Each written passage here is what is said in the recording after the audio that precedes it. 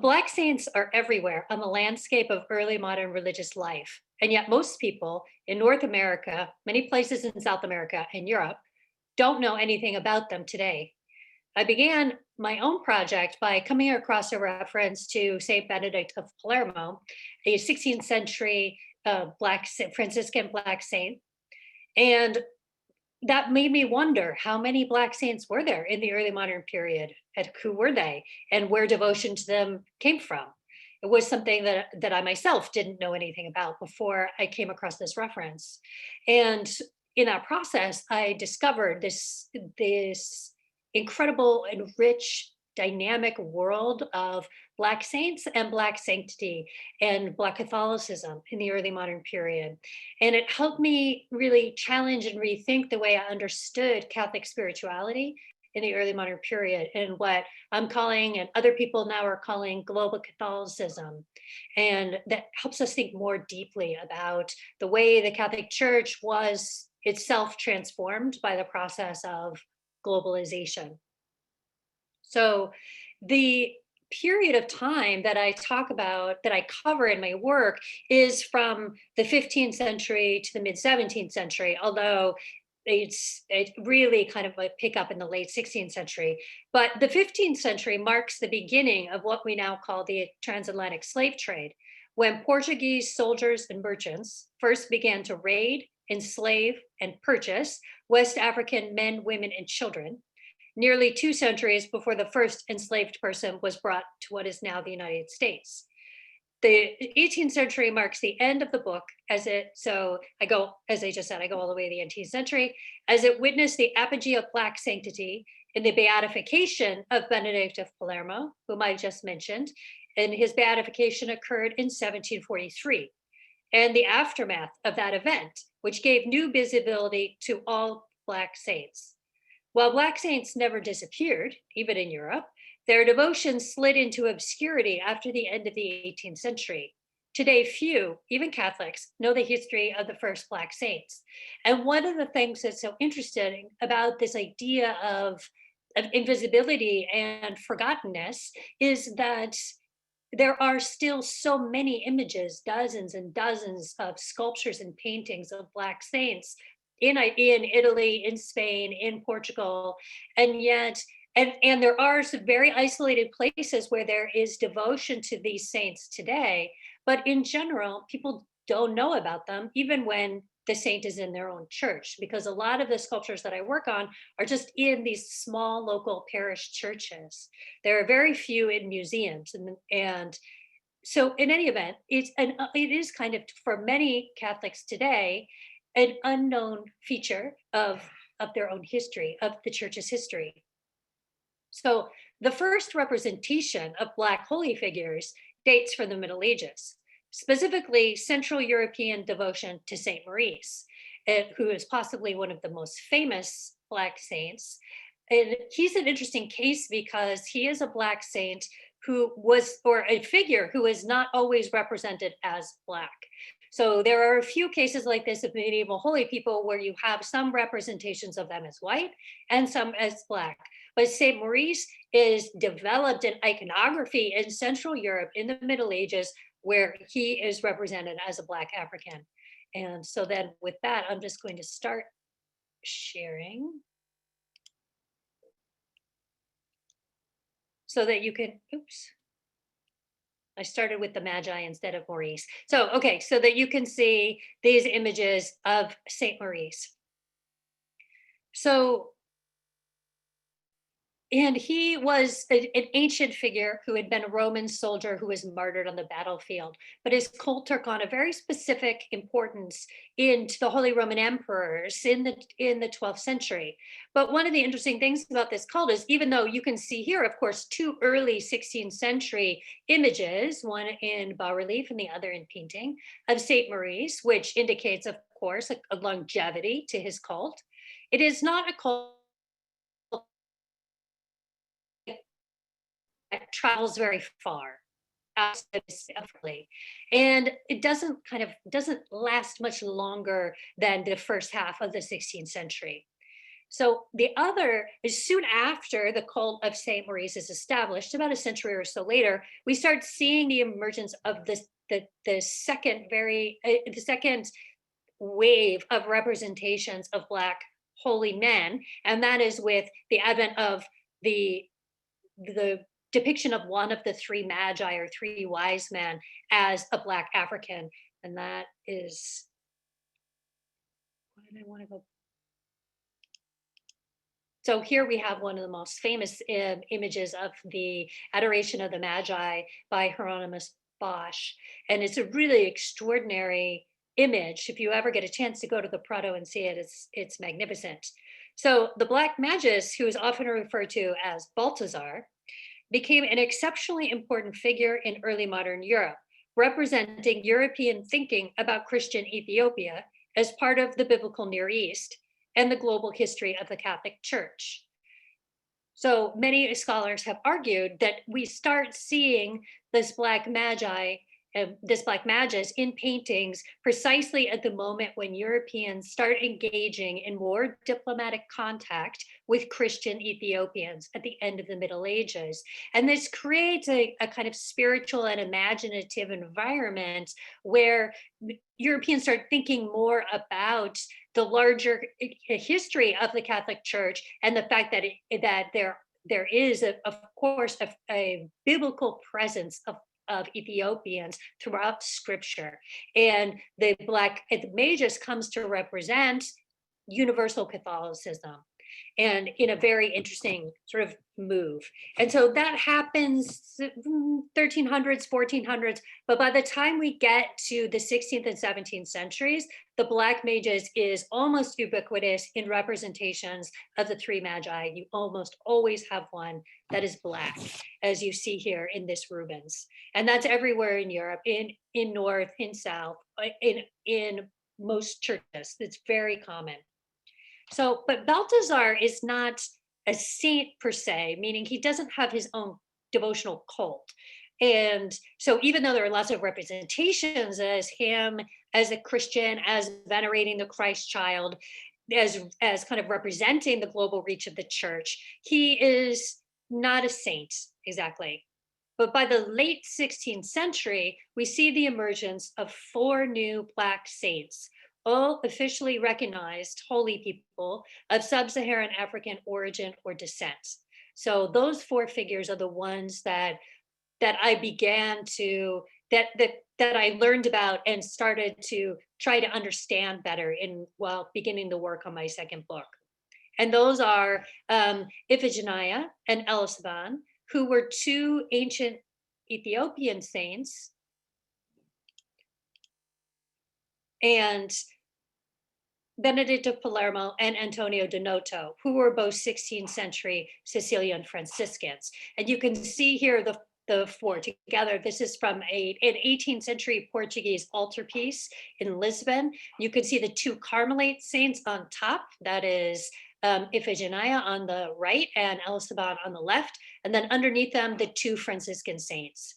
So we have these interesting two categories: ancient royal Ethiopian Carmelite, and then you have the humble, either born enslaved or of enslaved parents, 16th century Franciscans from Sicily.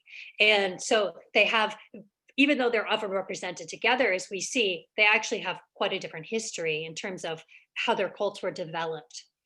A fifth Black saint appears in global Catholic devotions during this period, Moses the Ethiopian, whom some of you might know was a 4th century desert ascetic in Egypt.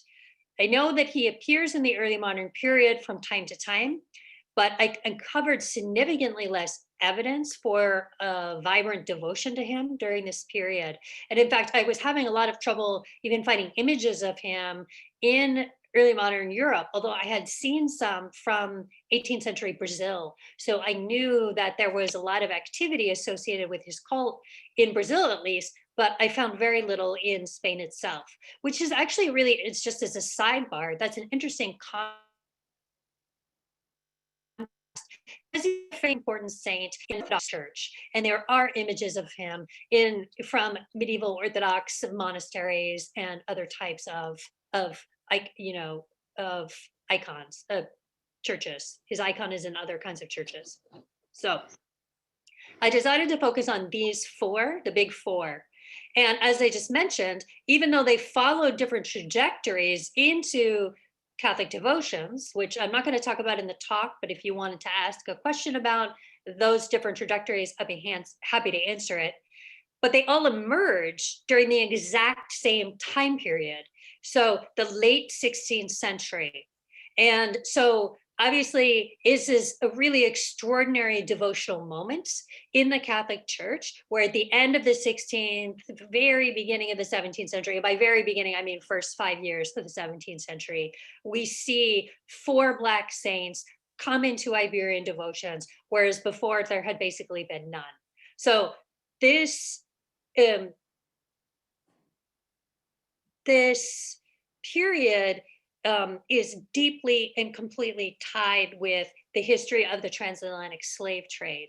Even the 2 ancient Carmelite saints, which are more connected to that longer sacred history that I just referenced in the context of the Black Magus, right? We can understand the way they work together. So these are ancient Ethiopian saints. They are part of what we can think of as, well, Iphigenia in particular is part of a kind of apocryphal biblical tradition, because she was purportedly converted to Christianity by the Apostle Saint Matthew, who in later medieval traditions was the apostle who went to Ethiopia.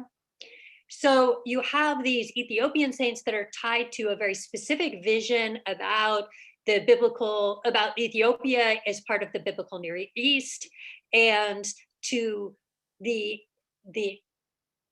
contemporary diplomatic relations with the emperors of Ethiopia. So this connection of Ethiopia with royalty. And both these 2 saints, these Iphigenia and Alciban, were royal. So she's a princess and he's a former emperor. So what's important, why I'm pointing that out, is because the Franciscan saints are more tied directly in the way people understood them and imagined them with the history of slavery and also virtues like humility and subservience. That is not the only way Europeans thought about Blackness in Africa. And thinking about those together helps us resist a flattening tendency when thinking about early modern ideas about Black Africa. And yet, all 4 of them are intertwined into the history of transatlantic slave trade, and none of them would have made it into Catholic devotion in the Latin West without that history. So you can't take them apart. You can't disaggregate them, even the ancient Ethiopian saints. So in the 1440s, Castilians and Portuguese began to explore the West African coast. Castilians began a slow but steady conquest of the Canary Islands, where they enslaved most of the Guanche people. The Portuguese colonized their own Atlantic islands, the Azores, Madeira, Cape Verde Islands, Sao Tome, from where they began to conduct raids along the West African coast, using these islands as a base, seizing and enslaving those they found, as well as buying slaves from West African traders. Enslaved West and Central Africans were brought to Lisbon and sold domestically or shipped to larger slaving networks along the Mediterranean, particularly Spain, although also to a lesser extent, Italy and southern France. Scholars of slavery in Iberia have sought to estimate the numbers of enslaved Africans in the early modern period.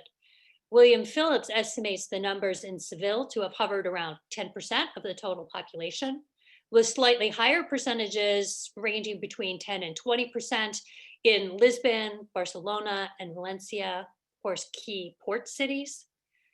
Outside the coastal cities and the region of Andalusia in southern Spain, the numbers of slaves dropped precipitously, averaging around 6% of the population as a whole. So the numbers would have been of free and enslaved Black people would have been well below 6%, well below 10, even like 1% in many of the kind of northern regions. the heyday of the slave trade in the Spanish monarchy spanned the period in which the crowns of Spain and Portugal were unified. So those crowns were unified from, 1580 to 1640, we'll just say. And during that period, of course, because the Portuguese were the ones with the monopoly on the slave trade from West and Central Africa, they were the main source the Portuguese were the main source of slave trafficking to Spain and the Spanish America. So most Spanish slaves were brought in through Portugal, through Portuguese slaving. So when Portugal broke away from the Spanish monarchy in the middle of the 17th century, the importation of enslaved people into Spain starts slowing down in the second half and certainly into the 18th century. William Phillips, the scholar I just mentioned, has described slavery in Iberia as, quote, dying a natural death because it faded away through manumission and death rather than abolition. Although little research has been done on the disappearance of large communities of free Blacks in the mid to late 18th century. Of course, patterns of the slave trade operated very differently in the Americas, where millions of West, Central, and East Africans were enslaved and trafficked.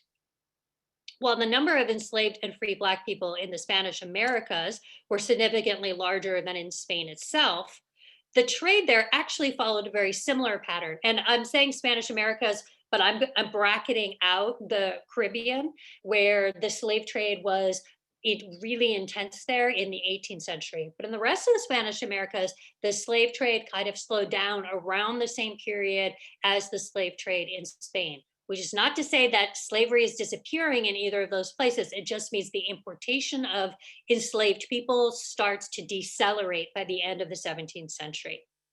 And then, of course, with that, we see the exponential growth of free communities of color in all of those places. In the Lusophone Atlantic, in both Portugal and Brazil in particular, the history of the slave trade moves much differently than Spain, much differently from what the British slave trade or the French slave trade. It has its own unique trajectory. And so what we see is a devastating acceleration of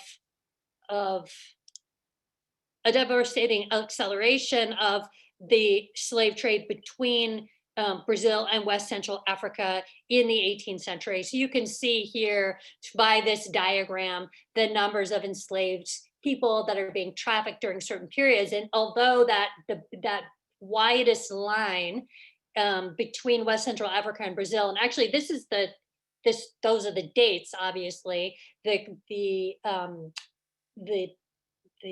guide in the corner in the top right will give you a sense of the numbers of people. We're talking about 8 million people being trafficked from West Central Africa. And the majority of those going to Brazil are going to be arriving in the late 17th and particularly the 18th century.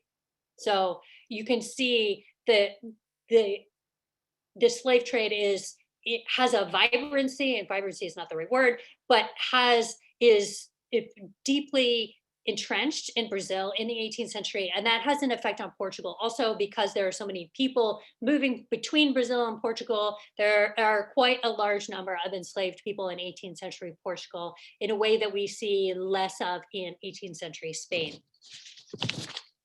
So most enslaved people in Europe, in Spain and Portugal, were servants or artisans. Women, of course, tended to work in domestic households. Enslaved men could work in workshops. They could be sold out by their owners, which sometimes gave people the opportunity to earn wages of their own, to buy their own freedom. It was also not uncommon for enslaved people to be manumitted by their enslavers when their enslavers died, or for the enslaver to stipulate eventual manumission following additional years of service. And that was actually very common, particularly in the Americas, to say, okay, my enslaved person, Pedro, for example, will be freed, but only after working for my heirs for another 10 years. So it was very conditional or highly stipulated forms of eventual manumission promised. So those kinds of opportunities that I just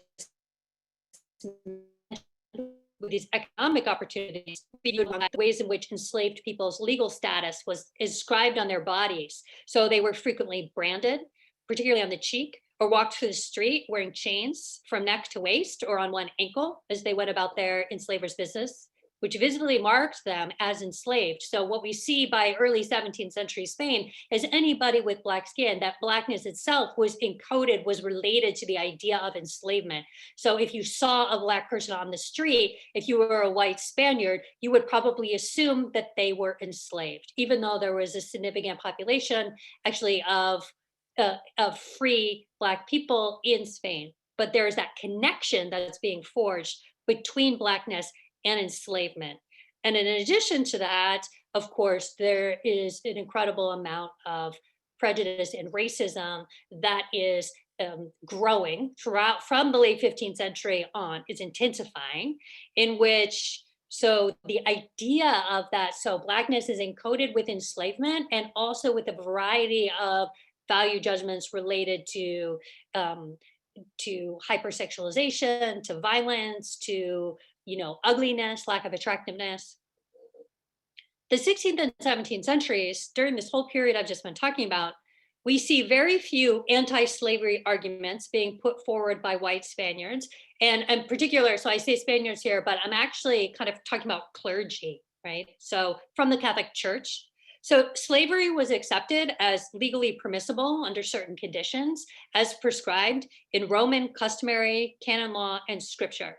Arguments in favor of slavery were themselves responding to legal requirements of illicit enslavement, which centered on captivity through just war and the idea of hardening racial lines, frankly. So the clergy affirmed the legality of enslavement, and many, especially in the Americas, although in Europe as well, were themselves enslavers. So all enslaved West and Central Africans were forcibly baptized, sometimes at the port of embarkation and sometimes in Europe. But once in Spain and Portugal, clergy, particularly the Jesuits, ministered to and catechized enslaved Africans, attempting to bring them into Christian doctrine for their salvation, which of course was one of the major justifications by the church for the slave trade. When Black saints emerged in the late 16th century, the clergy quickly seized on their cults as potentially being foundational for providing inspiration to Black Christians to be able to see themselves within the Catholic Church, right? So turning this kind of alien and hostile religion into one where newly baptized Black Christians might be able to kind of see themselves as a part of, see themselves participating in. So that was kind of part of the clerical motivation for the promotion of Black saints. So in Catholic understanding, as most of you probably know, saints are recognized as having lived without mortal sin. They cannot be criticized once they are canonized and are owed veneration from every Catholic. The elevation of a Black saint, then, turned established social and spiritual hierarchies on their heads, following early Christian discourse that through Christ, the lowest would be raised to the highest.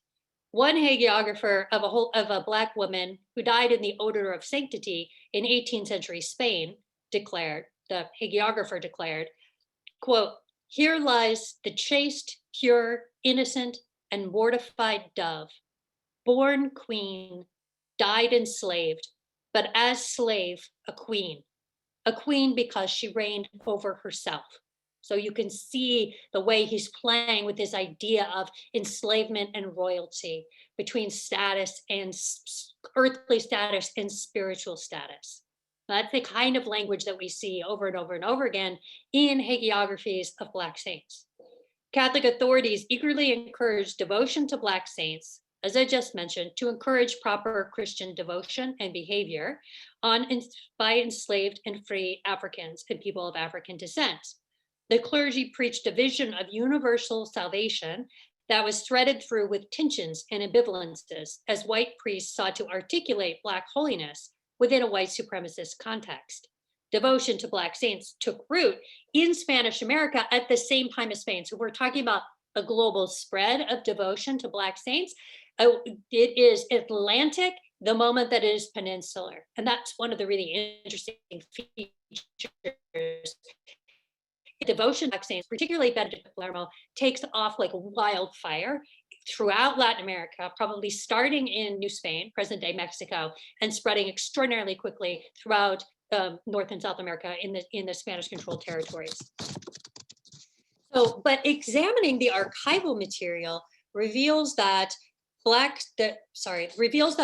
Iberian communities were at the heart of devotion to Black saints and the spread of their cults. So we see clergy with this kind of interest in promoting Black saints, but when you really kind of dig into the material, we see it's actually Black Catholics themselves who are picking up these devotions and spreading them. They are the ones that are propelling the popularity of Black saints.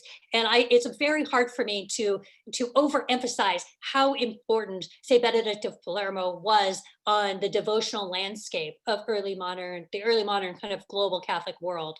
And so, but that is being driven largely by Black devotees, particularly through Black confraternities. So a confraternity is a lay organization that could be established exclusively. They're not always established for Black Catholics, but they could be. And that was very common throughout the Iberian Catholic world to very quickly establish confraternities for Black Catholics. And we see, I mean, immediately in Lisbon, in Sao Tome, we see, or actually no, Cape Verde, you see, like by the 1450s, there is a Black confraternity in both those places. So Black confraternities were both spiritual and social. They provided protection and support for enslaved and free Black communities throughout the Iberian Atlantic. So to provide one small example, Black Catholics could use the money raised in their confraternities to purchase the freedom of fellow members, because you have enslaved and free Black members together in the same brotherhoods.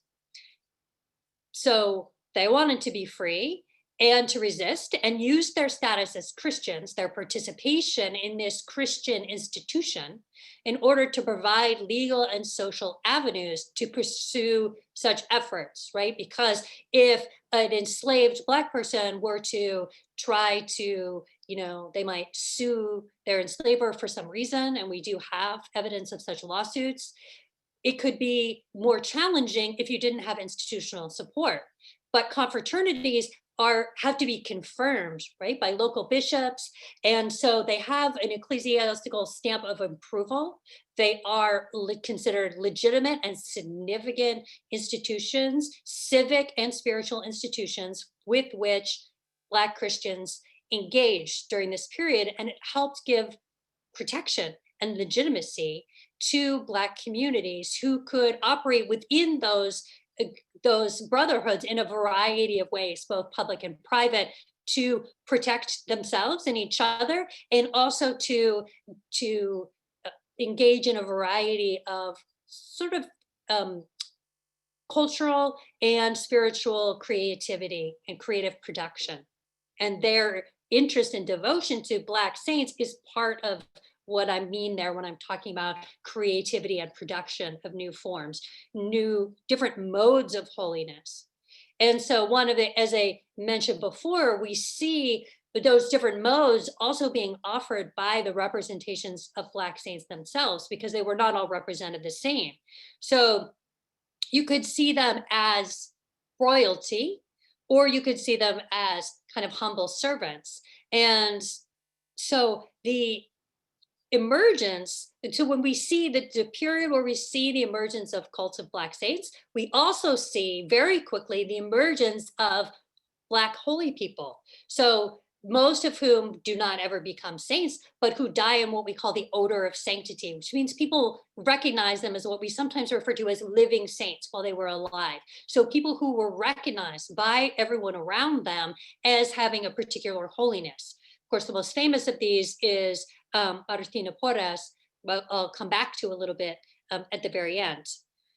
So this sort of simultaneous, so we have these things emerging almost simultaneously. You have the Black confraternities, which of course are older than Black saints, but you have them very quickly adopting Black saints, and that's happening very quickly around the time as we see greater and greater numbers of Black Catholics being recognized in Iberia and in the Americas, although there are higher numbers that I know of Black holy people in the Americas, which is not surprising given the much higher concentrations of Black communities in the Americas. So one of the interesting things about, of course, these Black saints is the fact that they're visually represented. So you have visual representations through painting and sculpture of Black saints, some of whom were royalty, that are in public places, obviously. So churches, either parish churches or confraternal or convent churches, because confraternities rented altars in churches and they had their images. So that first image that I showed you of those four saints in Lisbon, that was a confraternal altar. So we could see a variety of ways of thinking about Black sanctity, or different ways that Black sanctity could be represented. So here we have one of the Ethiopian emperor saint, who was celebrated, who's a 7th century emperor, who was celebrated for this very important battle that he fought against this sort of evil Jewish king in Yemen. And you can see there his crown at his feet. And this painting, this 18th century painting, is a companion piece to this one of the other royal Ethiopian saint. You could also see her there with her crown at her feet. So we have these very powerful representations of these figures as royalty. Here's another example of them. This time, as you can see, they are wearing their crowns. And this is in a conventual church in Écija in southern Spain, which obviously is bas relief. You can go and see. It's a magnificent, really fascinating altarpiece, which I have kind of written about more extensively in other places. So one of the things that I quickly realized was, in order to, it actually, so usually, of course, as a historian, I start with documents and might reach out to visual culture. But in this project, it was actually the images, the sculpture and painting themselves, that drove a lot of my research, because they were a primary piece of evidence. If we were thinking about how do we track the spread of devotion to Black saints, if the references to them in the archives are so scanty, well, the answer was, actually, there are dozens and dozens and dozens of images in Iberia, in Europe, because there are lots in Italy as well, particularly of Benedict of Palermo, and hundreds in the Americas. And then there are also accounts, references to sculptures and paintings, some of which are missing today. So we have an extraordinary opportunity to see something of early modern devotions when we look for and look at some of these images. This is a very famous sculpture of Benedict of Palermo from the early 18th century. And I will say, one of the things that is really striking about the majority of sculpture and paintings of Black saints that have survived is that they almost all date from the 18th century. And the reason that they date from the 18th century is that this period of time, you see here around 1734, they are gearing up, the Franciscans are gearing up for Benedict's official canonization, beatification, which happens in 1743. And so the period leading up to Benedict's beatification, his beatification, and following his beatification is a period of intense representations, not just of Benedict, but everybody else kind of jumps on that train. So the Carmelites are like, look, we have Black saints too, and start producing dozens and dozens of images of their Black saints. And so we have a huge production of Black saints. And some of them, like this one, are by very famous sculptors and artists of the Baroque period. And some of them are from, local artisans that are not of quote unquote kind of high artistic value.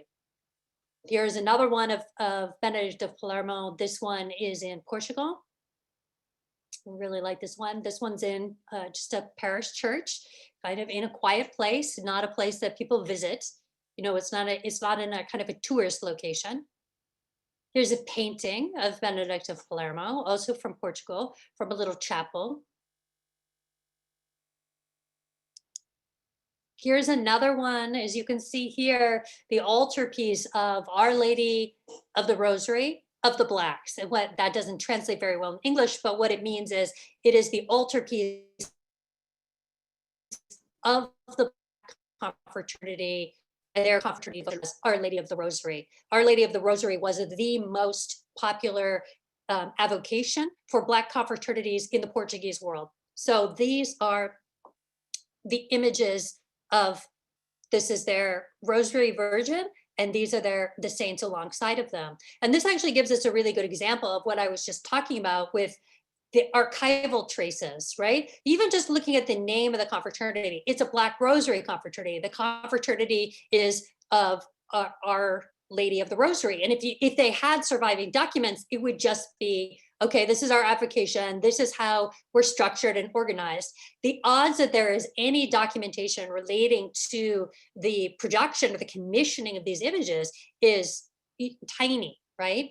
And so you might think, just by looking at that they had no relationship, that Black confraternity did not venerate Black saints. And yet here we see their altar, and then we know that they do. And so the visual evidence is really important alongside the textual evidence for thinking through the way devotion spread and the way people imagined and thought about it and celebrated Black sanctity.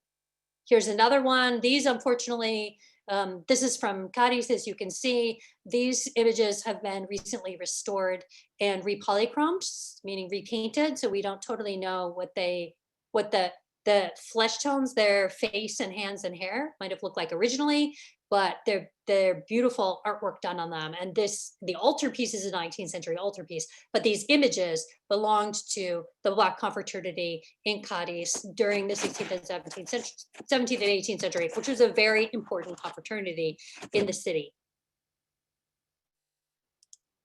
Let's see what's next. Oh, and this is a beautiful watercolor that was attached to a constitution of a Black confraternity in 18th century Brazil, and was probably painted by one of the brothers of the Black confraternity. And this is of Saint Antonio. So from the perspective of the white clergy and their hagiographies, we see a deep ambivalence in play between their deeply held theological beliefs and the social political realities that both shaped and were shaped by theology. For example, all white clerical authors, all the ones I analyzed, stress the idea of redemptive suffering as a promise given to enslaved Black people. That is, that their earthly suffering as slaves acted as a form of redemption in the hereafter. And some even called it a form of martyrdom. So the more you suffer in this world, the higher your reward in the next world. And that is a motif that repeats again and again and again in hagiographies, in printed sermons, even in texts produced by holy Black people themselves. So as such ideas have been threaded through Christianity, through Christian theology from the time of St. Paul, right, who wrote extensively about the relationship between the endurance of earthly suffering and eternal reward for those who suffered. So one Portuguese Jesuit claimed, so this is a quote, "Because in that state in which God placed you," meaning enslavement, "your vocation is similar to his son who suffered for us, leaving you the example you shall imitate." And so this is like a worldly vocation, a worldly imitatio Christi that is being offered to enslaved people. So many of the authors that I deal with in my book, like the one I just mentioned, it seemed to have expressed a deep belief in the human dignity of enslaved Africans as saved people, right? As ensouled people worthy of salvation and dignity. But the same impulse, this impulse that I just mentioned of offering consolation for suffering, actually leads to an acceptance or even abuse of, or even embrace of abuse against enslaved people, right? Because you're not saying you should not be enslaved, and white people should not enslave you. They're saying you're enslaved and your life is very hard, but just put up with it and you'll be rewarded, right? So it's a very kind of ambivalent discourse. They don't speak out about slavery as an inherently unacceptable system. So it had the possibility to create a kind of casual attitude toward suffering. So, and as I mentioned earlier, many clergy were themselves enslavers. So at the same time, the idea that this world's suffering would give way to eternal rest and comfort, to the divine embrace, had the potential to provide some Black Christians with the ability to endure the unendurable. And we see that, so this is not just clerical rhetoric, but an aspect of Catholic belief that many Black Christians found comforting and integrated into their spiritual practices in complex and creative ways. When explaining why they had chosen a Black saint as their patron, confraternity members sometimes said simply, because he is the same color we are. So other Black Catholics, like Martina Porres, joined convents and monasteries. Usually they were permitted to do so only at the lowest level in the hierarchies of religious houses. In this group, like Martin, were called donados, kind of like a glorified servant, and in the Americas, and tertiaries in Iberia. So we don't have cases in the Iberian world of Black individuals becoming friars or nuns, except maybe on their deathbeds, like full friars or nuns. So they're always below, they're always underneath, even in monastic context. At the same time, Martina Porres is someone of incredible spiritual charisma who was recognized during his lifetime as being enslaved. And I put these images up here so that you could see that these things are being produced very quickly after his death and possibly during his lifetime. He's immediately recognized as being holy. And I wanted to stress that because he's not beatified until the 19th century and not canonized until the early 20th century. But in the 17th century, he's still an extraordinarily important figure. So he's the most famous of these holy people, but only because he was eventually canonized. But we don't want his quote unquote success, meaning his eventual canonization, we don't want that to obscure the much higher numbers of holy Black people who died in the odor of sanctity and were venerated as holy during their lifetimes, such as Estefania de San Josef, who also lived in Lima along with San Martin around the same time period. And she was so famous for her holiness that the viceroy and his wife came to visit her. And then we have another example, this time in Spain, of Teresa Juliano de Santo Domingo, who was kidnapped and enslaved as a child from West Africa, brought to Cadiz and then to Madrid. She entered a Dominican convent as a tertiary and died in the odor of sanctity in the middle of the 18th century. And her portrait was painted several times, as well as there being a sermon. Her funeral sermon was published, and as well as a lengthy hagiography soon after her death. And then jumping ahead to the modern era, we just look from an American Catholic perspective, we see a large number of Black Catholic organizations dedicating and instituting a large number of churches that were built for the sole purpose of ministering to Black Catholics and Black communities, being named for Benedict of Palermo, although usually in the United States, they refer to him as Benedict the Moor. And you can see them in dozens of sites in American cities. And whenever you see a parish name for Benedict of Moor, you can almost always connect it to this very specific period in the late 19th, the early 20th century to the mid 20th century, where Black Catholic leadership was trying very hard to promote or re-promote this vision of Black Catholicism. Thank you very much.